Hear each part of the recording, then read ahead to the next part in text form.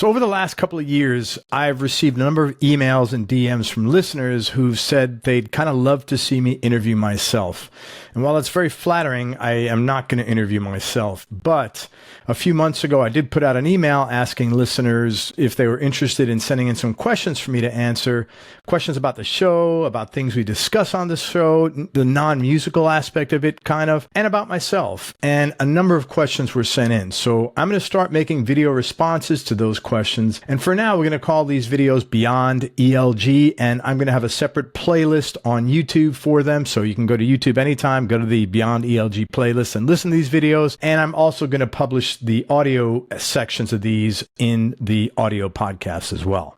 And as long as people have an interest in me making these videos, I'll keep making them. So if you want to send in any future questions, all you need to do is go to beyondelg.com and complete the form there. Today, I thought I'd start with the most logical standpoint and one of the most common questions I get, which is, Craig, how did you get started with the podcast and what gave you the drive and the idea to keep pursuing it? Okay, so a little background. I dropped my first episode of Everyone Loves Guitar on August 31st, 2017, and appreciate that I had absolutely no music background at all. I mean, I played saxophone as a kid, but I had no contacts in the industry. I didn't know any guitar players. I didn't even, I had just started playing guitar when I turned 53, okay? And so I had nobody. This was really foreign. I'm not ground. I didn't work for a music newspaper or anything like that. In fact, my career background was completely unrelated. I graduated college as a CPA, believe it or not. And then I got into sales and then I became a financial planner and I ran my own financial planning practice at that time. After about 6 years of doing that, I got into marketing and learning how to write copy, specifically something called direct response marketing and direct response copywriting. And since 2000, I've pretty much made most of my income from consulting with clients in sales and marketing capacity and then writing the copy for them to implement the communication that they need to implement, to get their marketing messages across. As of today, we've done over 920 interviews, and from what I understand, that makes us the largest long-form musicians and artists exclusive interview and talk show.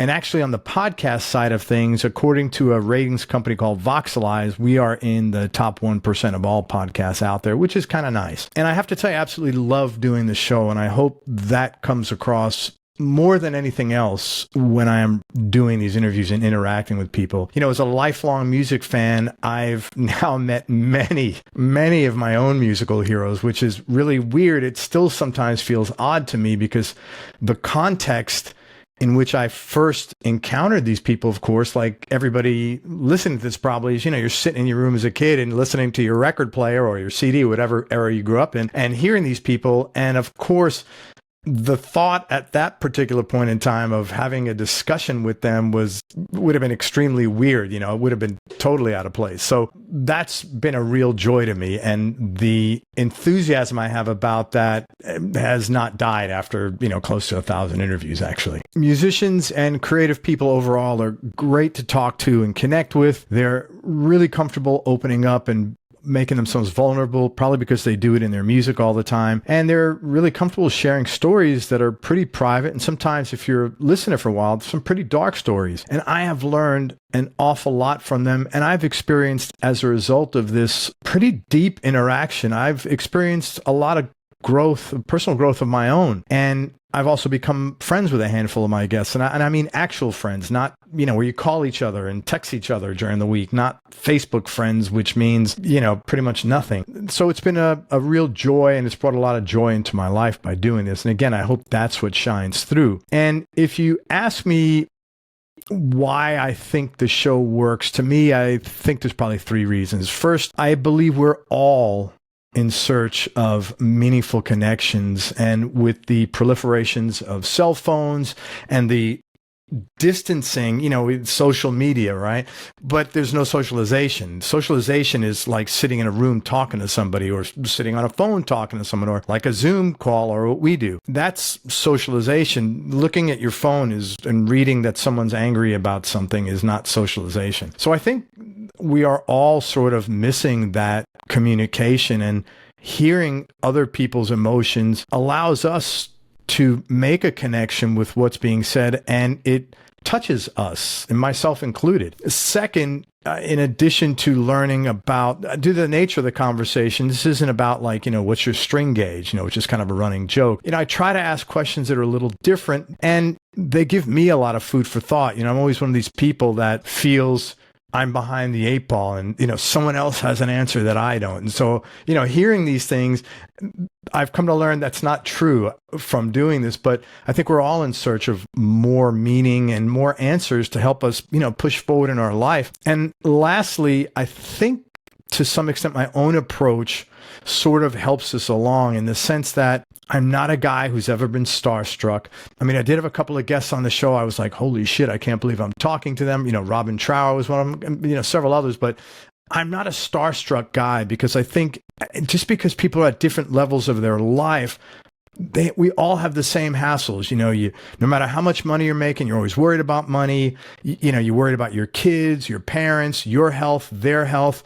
You got too much to do and not enough time to do it in, too much on your plate to manage. We're all pretty similar. So I've never been of the viewpoint that, someone's a celebrity, so they don't have any of these things. That's not realistic. And I think that helps when I'm talking to people. They know I'm not like idol worshiping them or something like that. And the other thing is I don't presume. I have no agenda when I talk to people. I never have. I'm not a guy who's into gossip. I don't watch gossip TV. I loathe gossip, to be honest with you, because it doesn't educate me. Knowing someone else's misery, I feel empathy for them, but that doesn't push my life further along. So I'm not into gossip. People know that. So that's why I think the show works. To answer the question, why did I start the show? So I have to take you back a little bit and tell you a story that started in the late 2000s. Around 2009, I actually had a bunch of business and family challenges, and it kind of hit me all at once. And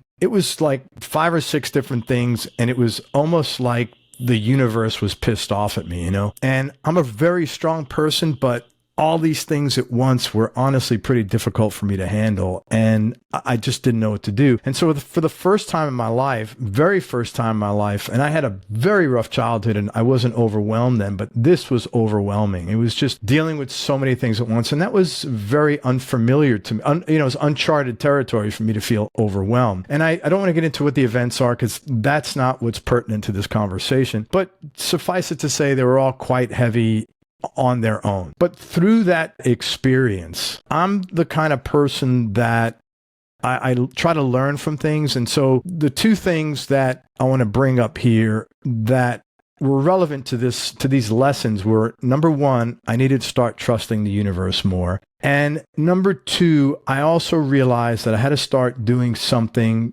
professionally that brought me some sort of sincere level of joy and something that I was emotionally and spiritually aligned with. And those are pretty big things for me at the time because I'd never done that before, So fast forward now to 2017. I'm literally sitting right at this desk.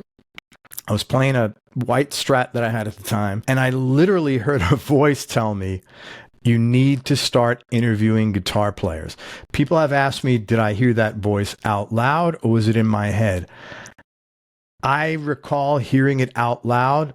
Memory is a funny thing though, but either way, it was loud enough that I needed to pay attention to that because I've never heard voices in my life. So it was very random, had no frame of reference, and I was like, But one of the things I promised myself back in 2010 was to trust the universe more, right? I just said that. And so if I'm hearing a voice out loud, that's about as significant an indication of the universe telling me I need to do something as anything could get. So I remembered the promise I made to myself and I said, okay, I got to start doing this. I got to look into this.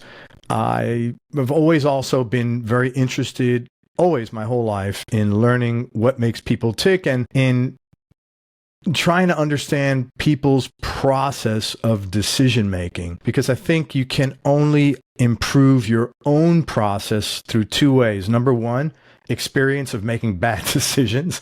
And number two, listening to somebody else and hearing what they did and then saying, okay, I need to put that in my memory bank because I think that was a good idea. And of course, I've always loved music. I mean, outside of spending time with my wife, music has always been the thing that was, and my kids, that was always the thing that was most near and dear to my heart. And it always made me feel really good. So, and then when I started playing guitar, which is a short while before I heard this message,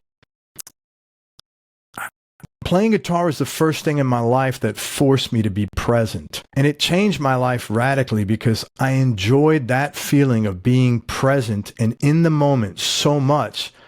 I started applying it to everything in my life. And I stopped doing multiple things at once. I stopped talking and doing something. If my wife or one of the kids want to talk to me, I'll finish up what I'm doing and talk to them. And vice versa. If they're talking to me, I'm not going to say, oh, keep talking to me while I do this project.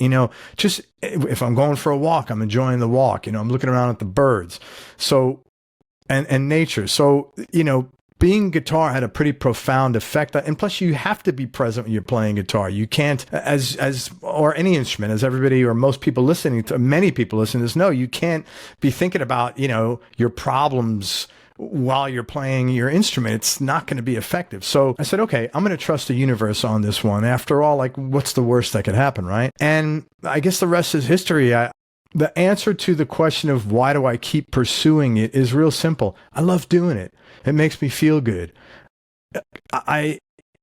Connecting with people on a regular basis, and it's all positive. We're not getting on the phone talking about politics. We're not getting on the phone talking about war. This is a very positive conversation. So I pursue it because selfishly, I feel great when I'm having these conversations, and I meet some really nice people. And like I said, you meet some friends once in a while that you connect with and you stay in touch with. And, as I've gotten older, there's no limit on the number of warmth, joy, and friends you can have in your life. I think they've always been important, but I think they become, as this digital age goes, and not to sound like an old man, but I think those connections are more and more important, and they're connections that I've learned how to deepen connections with everybody, my wife, my kids. And so this has really been so meaningful to me. I couldn't imagine not doing it. So anyway, I hope you got something out of that. And thank you, whoever sent that question in. And thank you so much for listening. And I will close out with the same thing I close out every day. And that's to remember that happiness is a choice. And that's something I learned much later in life. And it's one of the most valuable lessons I ever learned. But happiness is a choice, so choose wisely. Peace out. I'll see you on the next episode. Hey, so if you like these videos and you want to know when they go live, head on over to EveryoneLovesGuitar.com and just sign up to our mailing list. And also, if you'd like me to make more of them, let me know what questions you want me to answer. And you can do that one of two ways. First is you could just leave some responses, leave the questions in the comments below, or you could head over to BeyondELG.com and complete the form over there. And if you're a musician, composer, or songwriter, and you'd like to know how to start earning royalties and how to get into the lucrative world of music licensing, watch the free video training over at musicreboot.com. Thanks for listening, and we'll see you next time.